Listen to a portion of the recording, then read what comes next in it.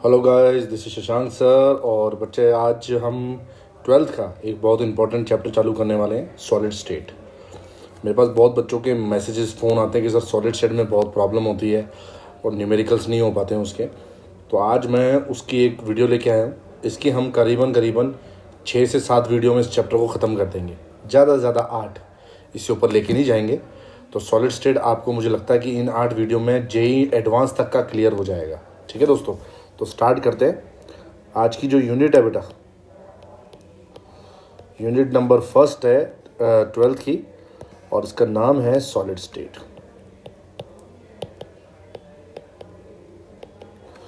देखो दोस्तों, ट्वेल्थ में सॉलिड स्टेट का जो टॉपिक है बड़ा इंपॉर्टेंट माना जाता है।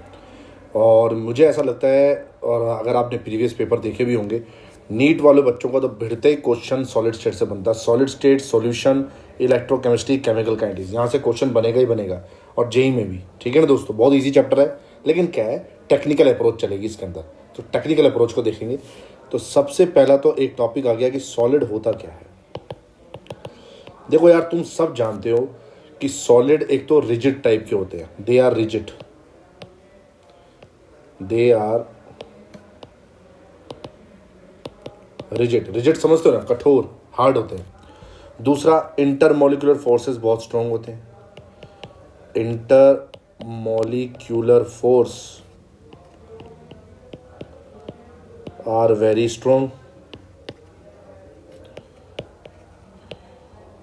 तो अगर आप इनकी स्टेट चेंज करना चाहते हैं, मान के चलिए एक सॉलिड लिया अपन ने ए, और इसकी स्टेट चेंज कर रहे हो और इसको बी स्टेट में कन्वर्ट कर रहे हो, यानी ये सपोज करो ये सॉलिड है और इसकी स्टेट दूसरी है लिक्विड। तो एक पर्टिकुलर एंथैल्पी पे, यानी कि एक फिक्स एंथैल्पी पे नहीं, जो हायर एंथैल्पी उसी पे होगा। तो ये जो एंथैल्पी होगी एक तो फिक्स्ड होगी। फिक्स्ड का मतलब है कि जब भी आप इसको गर्म करोगे उतनी देनी पड़ेगी। जैसे शुगर है, यूएस से चले जाओ, इंडिया में कहीं भी, बांग्लादेश में कहीं भी जाओ, तो सॉलिड जो शुगर है उसका एंथैल्पी फिक्स होगा और साथ ही साथ हाई होगा। नॉर्मली क्या होते हैं, हाई होते हैं, क्योंकि इंटरमोलिकुलर फोर्सेस बहुत स्ट्रॉन्ग है। तो सॉलिड में सबसे अच्छी प्रॉपर्टी मानी जाती है। ठीक है, रेगुलर अरेंजमेंट्स होती हैं इसमें। इसको भी समझ लो, रेगुलर अरेंजमेंट का मतलब है प्लस के minus, plus minus, plus minus, ये होगा प्लस के सामने minus, plus minus, plus minus, plus. तो ये स्ट्रॉन्ग अरेंजमेंट की वजह से सॉलिड होते हैं। जैसे मैंने अभी ऊपर बताया कि इनका टेम्परेचर इतना हाई क्यों होता है, ये इतने हाई टेम्परेचर पे ही क्यों मेल्ट होते हैं। तो उसकी वजह है कि उनमें अरेंजमेंट बड़े फिक्स होते हैं, रेगुलर अरेंजमेंट्स होते हैं। दूसरा बेटा, इनकी जो वॉल्यूम है और जो शेप है वो फिक्स्ड होती है। वॉल्यूम और शेप क्या होते हैं, फिक्स्ड होती है। अगर और भी बात करूं तो सर इनके बॉइलिंग पॉइंट हाई होते हैं। मेल्टिंग पॉइंट पर तो लोग मेल्टिंग पॉइंट से चलेंगे, मेल्टिंग पॉइंट हाई होते हैं, सही है ना। तो मेल्टिंग पॉइंट इनके क्या होंगे, हाई होंगे। इन्हीं को अपन सॉलिड बोलते हैं। तो सॉलिड में ये अरेंजमेंट हमने देखी हुई है, सबने पढ़ी हुई है, बेसिक चीज़ है जो देखी हुई है सबने, है ना। चलिए नेक्स्ट चलते हैं। अब बात आती है कि इनके इंटरनल स्ट्रक्चर पे जाना है हमें, इंटरनल स्ट्रक्चर पे जाना है। तो यहाँ पर एक वर्ड आता है बेटा, लैटिस, और एक वर्ड लेता हूं मैं, क्रिस्टल लैटिस। देखो ये दोनों वर्ड ना अलग अलग है। मान के चलो मैं आपको ये 4 डॉट्स दे रहा हूं, तो आपने इनको अरेंज किया, ये अरेंज कर दिया आपने। अब आप मुझे बताओ ये अरेंजमेंट कौन सी है, 2D है ना। तो 2D अरेंजमेंट को बोलते हैं लैटिस। क्या बोलते हैं, लैटिस। तो उसकी डेफिनेशन क्या होगी, व्हेन स्पेयर्स। बेटा इस पूरे चैप्टर में स्पेयर्स का मतलब अवयवी कण होता है। अवयवी कणों का मतलब होते हैं वो गोलाकार, यानी कि स्पेरिकल मोड में होंगे। क्योंकि हिंदी मीडियम और इंग्लिश मीडियम दोनों समझ पाए, इसलिए मैंने ऐसा वीडियो बना रहा हूँ। तो मैं ये कहने वाला हूँ, जो स्पेयर्स होते हैं उनकी खासियत होती है कि वो स्पेरिकल है, नेचुरल है। और यहाँ पर जो केटायन एनायन है, नेचुरली हम उसको स्पेरिकल मान के चल रहे हैं, यानी कि एक गोलाकार व्यवस्था में मान के चल रहे हैं। तो इनकी जो अरेंजमेंट है उसके बारे में बात करें तो व्हेन स्पेयर्स, स्पेयर्स का मतलब अवयवी कण। तो when spheres are arranged by a line, they form a geometry जिसको अपन बोलते हैं 2D geometry, is called lattice. देखो दोस्तों, एक बात और सुन लो, जिस कमरे में तुम बैठे हुए हो उससे ही पूरे सॉलिड स्टेट को मैं समझा दूंगा आपको, पूरे चैप्टर को उस कमरे में समझा दूंगा। थर्मोडायनेमिक्स उसी कमरे में बैठे बैठे समझा देता हूँ। तो एक कमरे को इमेजिन कर लो, तो आपने देखो, आपकी एक दीवार पे फोकस करो तो वो ईंटों की बनी हुई है। तो अगर एक दीवार को आप देखोगे तो वो 2D है, तो उसको बोलते हैं लैटिस, यानी कि उससे पता लग जाएगा कि कमरा कैसे बनने वाला है, तो उसको लैटिस बोलते हैं। ठीक है, क्रिस्टल लैटिस क्या होता है ये लास्ट में समझाऊंगा मैं। ठीक है, आगे क्या कह रहा है, व्हेन दीज लैटिस मतलब बेटा जालक है ना, when these lattice are arranged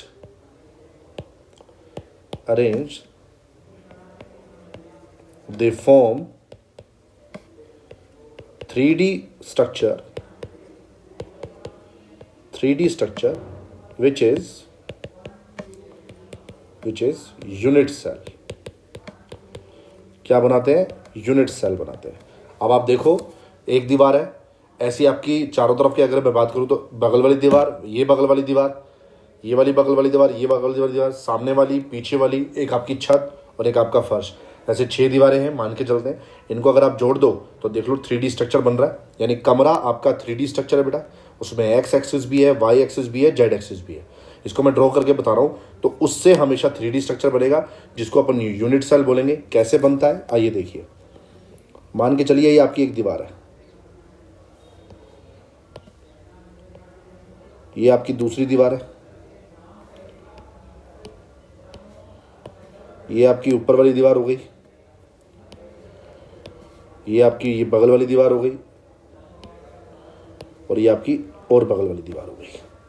तो अगर आप देखें तो 1 2 3 4, सामने 5 और पीछे 6, ऐसे 6 लैटिस हैं, यानी कि ये एक लैटिस की बात कर रहा हूँ मैं यहाँ पर। ये एक लैटिस की बात करूँगा तो वो 2D मिलेगा, और अगर मैं इस पूरे स्ट्रक्चर की बात करूँगा तो ये यूनिट सेल निकलेगा। और यूनिट सेल हमेशा क्या होता है, 3D स्ट्रक्चर होता है। तो डेफिनेशन में कैसे लेंगे यूनिट सेल को, यूनिट सेल का जो डेफिनेशन होगा वो कैसे लेंगे, अ पार्ट ऑफ क्रिस्टल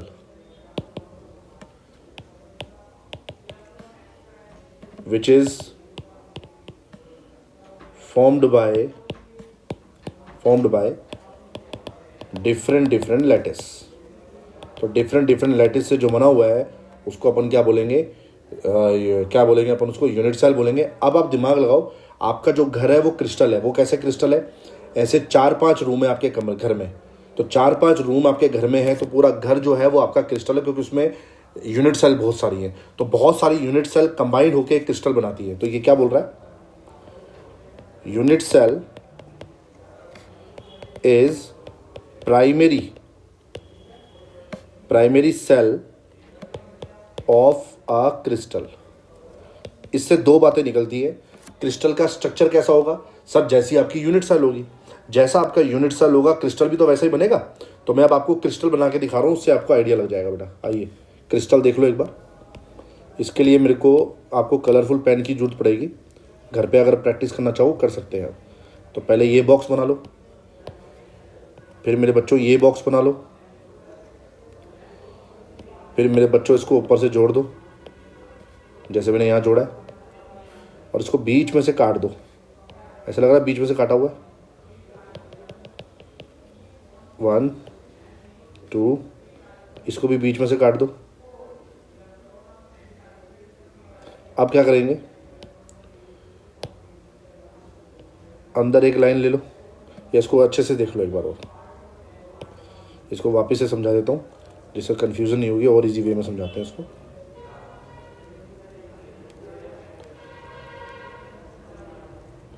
आ जाओ बेटा, देखो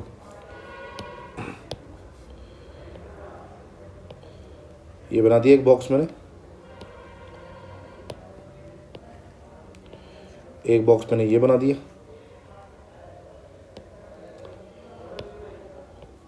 ये इनको कंबाइन कर दिया। अब एक पेन से इसको बीच में से काट दो। काट दिया दोस्तों। अब आप क्या करें,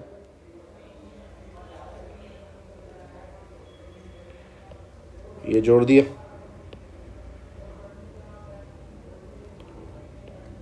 ये जोड़ दिया और ये जोड़ दिया। अब देखो समझो, मान के चलो ये तुम्हारा पहला कमरा है, उसके पीछे दूसरा कमरा है, उसके बगल में तीसरा कमरा है और उसके बगल में चौथा कमरा है। पहले कमरे के ऊपर एक और कमरा, दूसरे कमरे के ऊपर एक और कमरा, तीसरे कमरे के ऊपर एक और कमरा और चौथे कमरे के ऊपर एक और कमरा। उनका कॉमन सेंटर ये हो जाएगा, ये कॉमन सेंटर है। तो अब अगर आप देखें तो एक क्रिस्टल के अंदर को नॉर्मली अगर मैं बात करूं तो 8 यूनिट सेल है। तो अगर मैं नॉर्मली अगर एक को देखूं तो ये यूनिट सेल है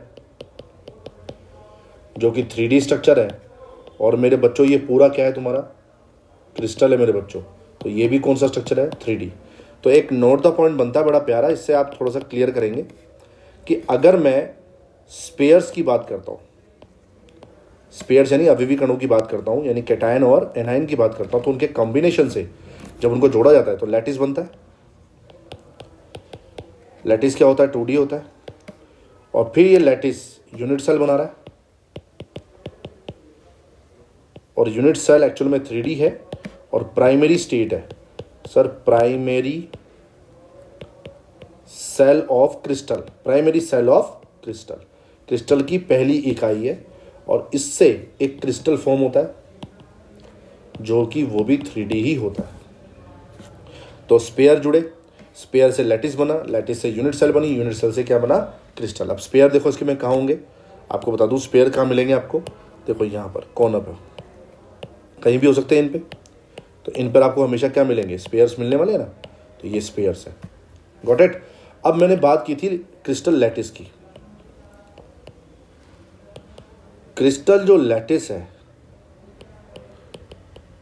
यानी कि क्रिस्टलीय जालक, क्रिस्टल लैटिस जो है अ पार्ट ऑफ क्रिस्टल है, अ पार्ट ऑफ क्या है, क्रिस्टल, ठीक है। तो ये भी क्या होगा, 3D होगा।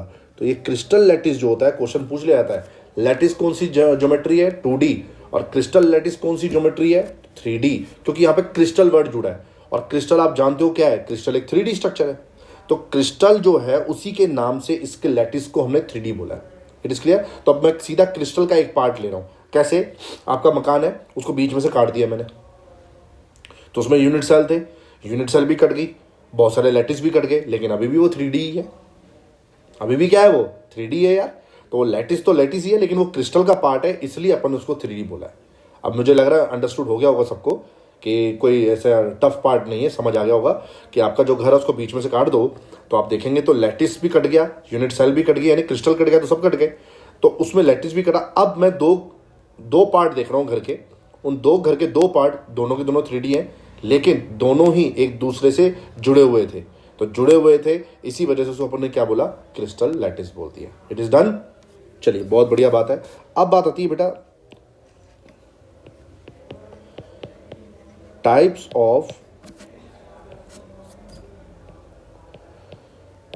Of unit cell. देखो हमारे सिलेबस में 7 टाइप की, इनका डिस्क्रिप्शन में अगले लेक्चर में करूंगा, लेकिन अभी नाम पढ़ेंगे बस केवल, ठीक है। एक होती है बेटा क्यूबिक, एक होती है बेटा टेट्राहेड्रल, हिंदी में भी समझा दूंगा, cubic, tetrahedral,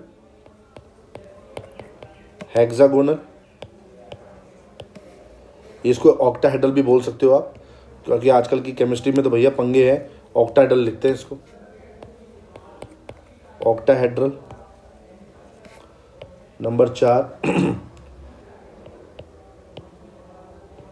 rhombohedral, orthorhombic,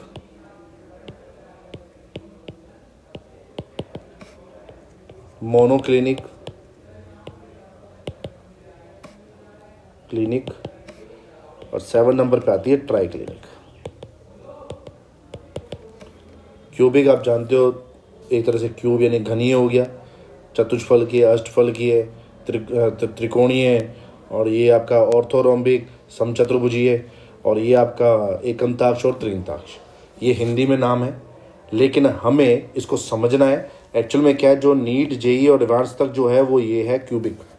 cubic से क्वेश्चन बनते हैं, लेकिन मैं सारी स्ट्रक्चर समझाऊंगा आपको, ठीक है ना, उसकी टेंशन मत लेना, लेकिन वो नेक्स्ट वीडियो में आएगी।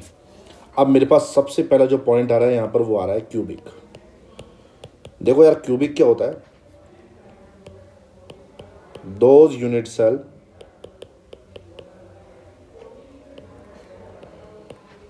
which having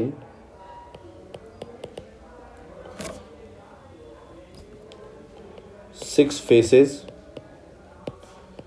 8 corners,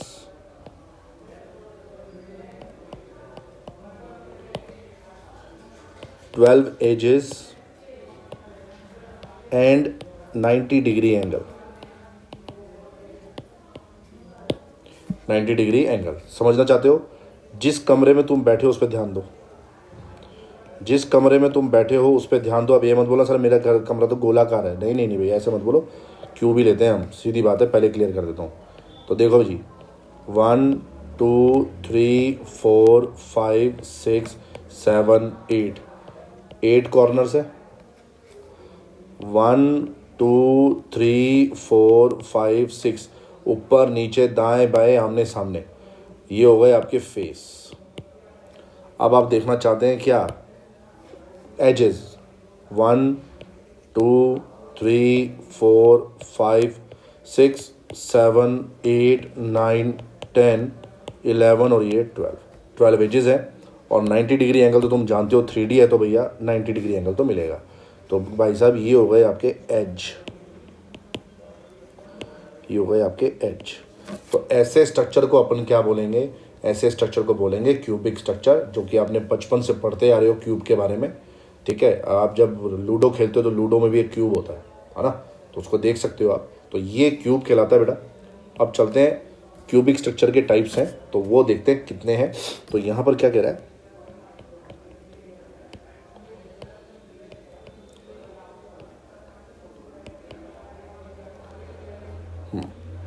ये कह रहा है types of cubic unit cell. Cubic unit cell, देखो बेटा, types of cubic unit cell में एक बात बहुत इंपॉर्टेंट है, इसके 3 पार्ट होते हैं। क्यूबिक में 3 ही पार्ट मिलते हैं। सिंपल क्यूबिक स्ट्रक्चर, इसको बोलते हैं SCC या SCS भी बोल सकते हो, ऐसी है सिंपल क्यूबिक स्ट्रक्चर। नंबर 2 पे आता है बेटा face centred. Face centred cubic, इसको शॉर्ट में बोलते हैं बेटा FCC। और तीसरा होता है बेटा body centre cubic. Body centre को बोलते हैं बेटा BCC। इनसे बहुत अच्छे अच्छे क्वेश्चन बने हैं और अभी आप देखेंगे बनेंगे भी। अब क्या है, कोई आपसे पूछे कि क्यूबिक यूनिट सेल के कितने पॉइंट्स हैं, पार्ट्स हैं, तो 3 है सर, सिंपल, फेस और बॉडी। एक आप एंड सेंटर और पढ़ाऊंगा, अंत्य केंद्रित। बेटा हिंदी मीडियम वाले सरल घनीय, फलक केंद्रित, काय केंद्रित, ये हिंदी में बोल रहा हूँ, लिखते रहना। सरल घनीय, फलक केंद्रित, काय केंद्रित। अब एक होता है अंत्य केंद्रित, जो इसमें नहीं आता लेकिन पढ़ेंगे जरूर, क्योंकि वो जो बाकी की जो यूनिट सेल बची है ना, उसमें तो काउंट हो गई यार।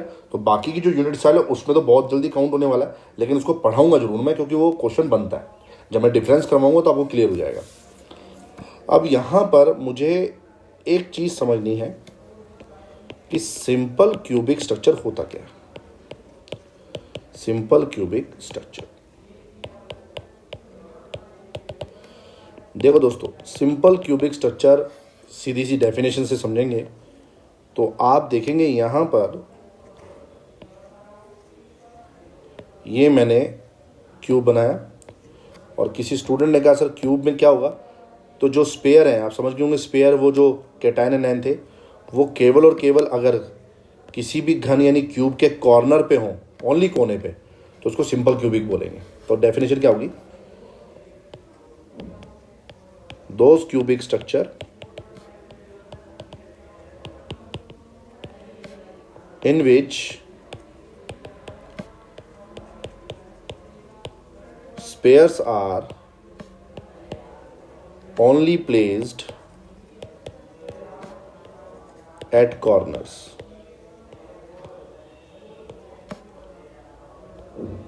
एट कॉर्नर्स, तो जहां पर कहां पर हो, ओनली कॉर्नर पे हो, उसको बोलते हैं सिंपल क्यूबिक स्ट्रक्चर। अब देखो बेटा, इसमें दो क्वेश्चन बनते हैं जेई की रिस्पेक्ट में, वो मैं अभी आपके सामने रखने वाला हूँ, लेकिन पहले इसका स्ट्रक्चर को समझो। ओनली कहाँ मिलेगा, कॉर्नर पे मिलेगा। तो यहाँ पर से स्टार्ट करूँगा। तो इसमें एक क्वेश्चन बनता है, the number of sphere for simple cubic structure, simple cubic structure वो क्या है? तो ये दो कैटेगरी में काउंट होता है। जेई की रिस्पेक्ट में बता रहा हूँ, जेई नीट की रिस्पेक्ट में, जेई नीट, क्योंकि एनसीईआरटी ने धोखा दिया है हमें यहाँ पर। तो बेटा एक निकलता है यूनिट सेल की रिस्पेक्ट में और एक निकलता है क्रिस्टल की रिस्पेक्ट में, और ज़्यादातर क्वेश्चन क्रिस्टल की रिस्पेक्ट में पूछे जाते हैं। अब आप अपने कमरे पे देखो, मान के चलो ये एक सिंपल क्यूबिक है, ये क्या है, सिंपल क्यूबिक है, और इसमें स्पेयर मैंने रख दिए कॉर्नर पे। ईमानदारी से बताओ ये कितनों को टच करेगा? तो सर मैं बताऊं, देखो एक तो ये टच कर रहा है, 2 3 बाहर की तरफ 4, ऊपर 5 और ये 6, तो अपनी सराउंडिंग में ये 6 को टच कर रहा है। तो एक से रिलेशन कितना हुआ? तो 6 को टच कर रहा है, एक से रिलेशन होगा सर इसका 1/6, तो नंबर ऑफ स्पेयर क्या आ जाएगा? 1। समझ आ रहा है? 6 को टच कर रहा है, तो एक, जैसे ये 1 रुपया है, 6 लोगों में बांटना है, तो 1 रुपया 6 लोगों में बांटना है, तो सबके हिस्से में 1/6 आएगा ना। और ऐसे कितने स्पेयर हैं यहाँ पर जो जिनको टच कर रहा है? 6। तो ओवरऑल देखा जाए तो 1 स्पेयर हुआ इसका रिलेशन में। तो अब क्रिस्टल में क्या होता है, तुम जानते हो क्रिस्टल क्या है, एक बार वापस देख लो क्रिस्टल क्या है। ये क्रिस्टल बनाया था, इस क्रिस्टल में मान के चलो तुम देखोगे तो ये सेंटर जो है वो 8 यूनिट सेल को टच कर रहा है, तो एक से रिलेशन कितना हो गया उसका? 1/8। ये फर्क है जेई और नीट में। जेई वाले बच्चे, नीट वाले बच्चे यहां फंस जाते हैं। तो यहां लिख रहा हूं, इन crystal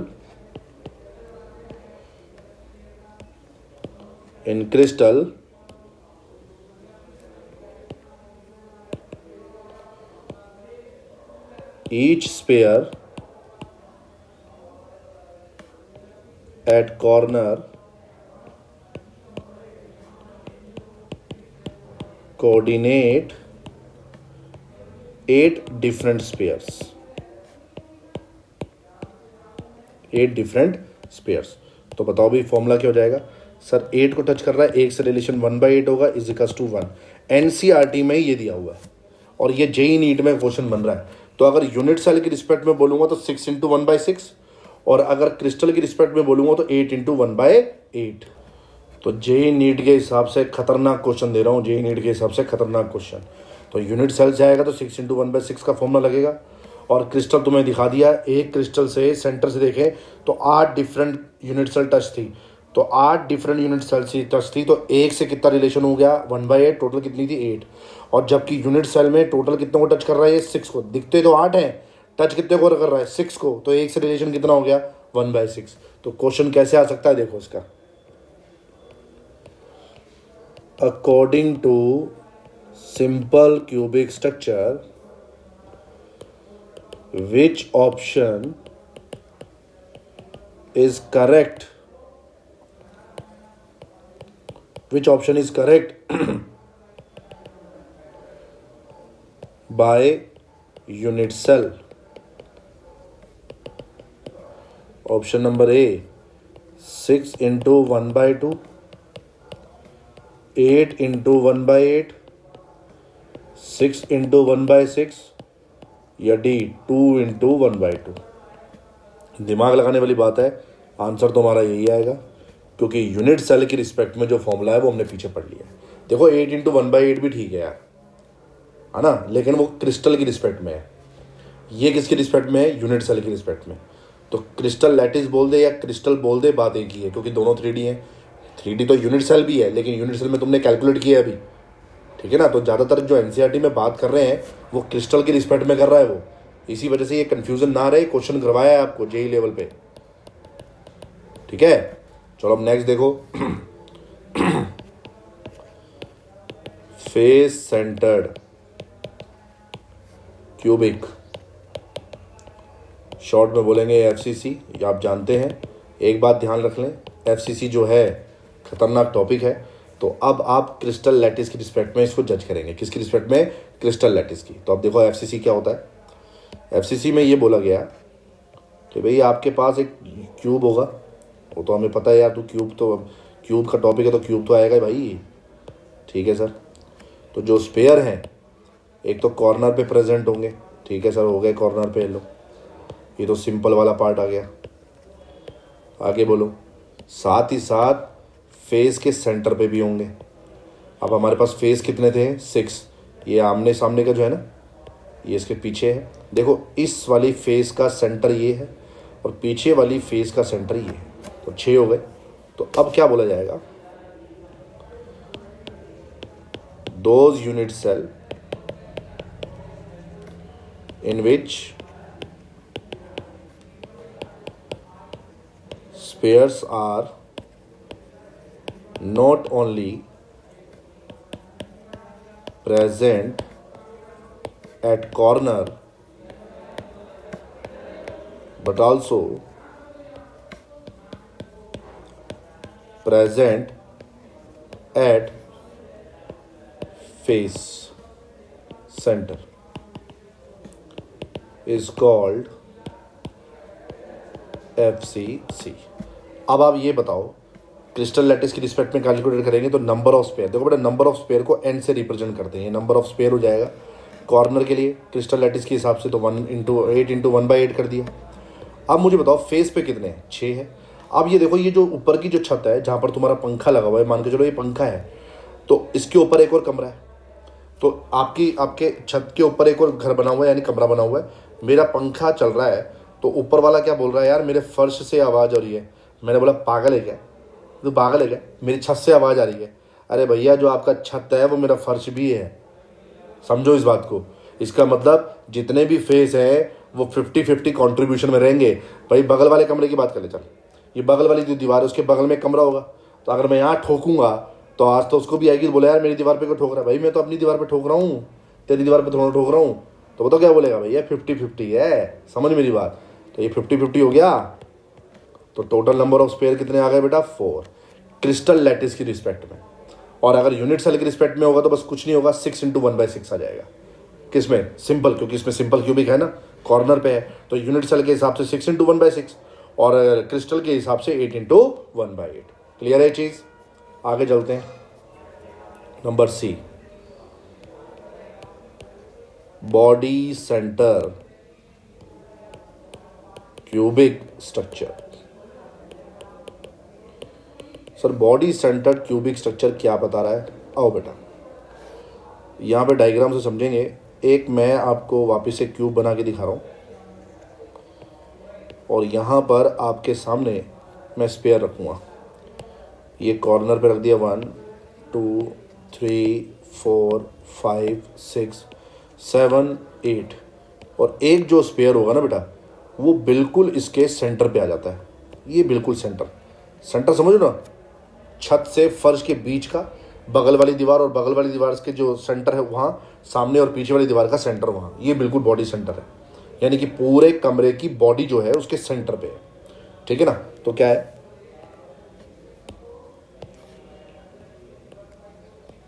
those cubic structure in which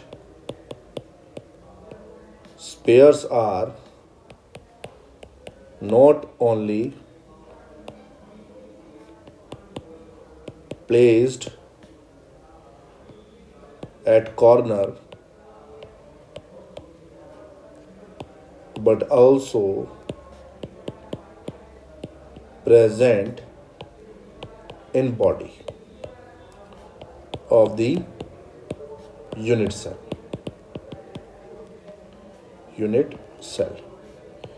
is called BCC. अब नंबर ऑफ स्पेयर को तो एन से रिप्रेजेंट करेंगे, कॉर्नर के लिए 8/1/8। तो सर क्रिस्टल लैटिस के लिए निकाल रहे हो ना, अरे बोला ना यार क्रिस्टल लैटिस है, यूनिट सेल होता तो 6/1/8 कर देते। अब देखो दूसरा, देखो इसको बाहर का कोई भी टच नहीं कर सकता क्योंकि आपकी बॉडी के बीच में है, तो पूरा का पूरा इसका हुआ। तो टोटल नंबर ऑफ स्पेयर कितने आ गए? 2 आ गए। तो FC सिम जो आपकी यूनिट सेल है या जो आपकी क्यूबिक स्ट्रक्चर है उसमें 3 थे। 3 क्या थे? पहला सिंपल, जो उसमें 2 पार्ट बताए मैंने, यूनिट सेल की रिस्पेक्ट में भी और क्रिस्टल की रिस्पेक्ट में भी। हमारे जो भी क्वेश्चन आते हैं वो क्रिस्टल की रिस्पेक्ट में आते हैं, तो ये ध्यान रखेंगे अब आप लोग, ठीक है ना। अब इसका एक बड़ा अच्छा क्वेश्चन मैं आपको करवाने वाला हूँ। आइए, क्वेश्चन क्या कह रहा है? What will be the correct option for FCC by unit cell? By unit cell. Option number A, 8/1/8 plus 6/1/2. B, 6/1/6 plus 4/1/2. C, 8/1/8 plus 4/1/2. या D, 6/1/6 into plus 6/1/2। तो सर सीधी बात है, मुझे आंसर पता है, डी आएगा, क्योंकि मैंने यूनिट सेल की रिस्पेक्ट में पूछा है और यूनिट सेल में हमें पता है 6/1/6 लेना है। हाँ बेटा बोलो। देखो नंबर ऑफ स्पेयर पे कोई फर्क नहीं पड़ रहा, ज्योमेट्री में फर्क पड़ रहा है। एक मैं कमरा लूं और एक पूरा घर लूं, फर्क है भाई साहब। एक कमरा और एक घर फर्क करता है, आगे समझ। एक कमरे में मैं ही रहूंगा, एक पूरे घर में मैं रहूं, तो आलीशान जिंदगी है, तो फर्क पड़ता है उस चीज़ का। उम्मीद है ये चीज़ समझ आई होगी। अगर बहुत अच्छे से समझ आया तो भैया वीडियो को ज़्यादा से ज़्यादा शेयर करेंगे और कमेंट्स लिखेंगे बढ़िया बढ़िया उसके अंदर, ठीक है। आइए नेक्स्ट लेते हैं। अब जो एडिशनल है बेटा वो मैं करवा रहा हूँ। एडिशनल क्या है? And centred cubic structure. And centred cubic structure, ये क्या है? एंड सेंटर्ड क्यूबिक स्ट्रक्चर अंतः केंद्रित बोलते हैं इसको हिंदी में। केमिस्ट्री जो हिंदी मीडियम वाले बच्चे हैं, अंतः केंद्रित बोला जाता है। क्या है इसका मतलब? इसका मतलब ये कि देखो सर, एक क्रिस्टल यूनिट सेल है, हाँ बेटा यूनिट सेल है।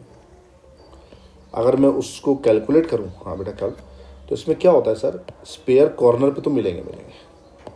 अच्छा कॉर्नर जो स्पेयर कॉर्नर पे जो मिल रहे हैं अभी कण, वो तो कॉमन चीज़ है यार, कॉमन चीज़ हो रही है। और सर क्या होगा, कोई भी दो इनफ्रंटेड फेस सेंटर ले लो। चलो मैंने ये वाले ले लिया, नहीं सर मैं तो ये आमने, तो कोई भी आमने सामने दो, इसको बोलेंगे अंतः केंद्रित। तो डेफिनेशन क्या बनेगी दोस्तों इसकी? Those cubic structure in which spares are present at corner as well as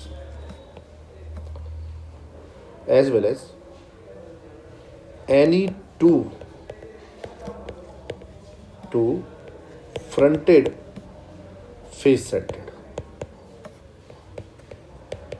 face centre. तो इसका नंबर ऑफ स्पेयर कैसे निकालोगे? क्रिस्टल लैटिस की रिस्पेक्ट में 8/1/8 और दो ही फेस सेंटर है तो 2/1/2, आंसर आ जाएगा 2। इसका भी आंसर 2 है। लेकिन एक बात ध्यान से सुन लेना, जो मैं समझा रहा हूँ उसको समझ लो, नोट द पॉइंट है। And centre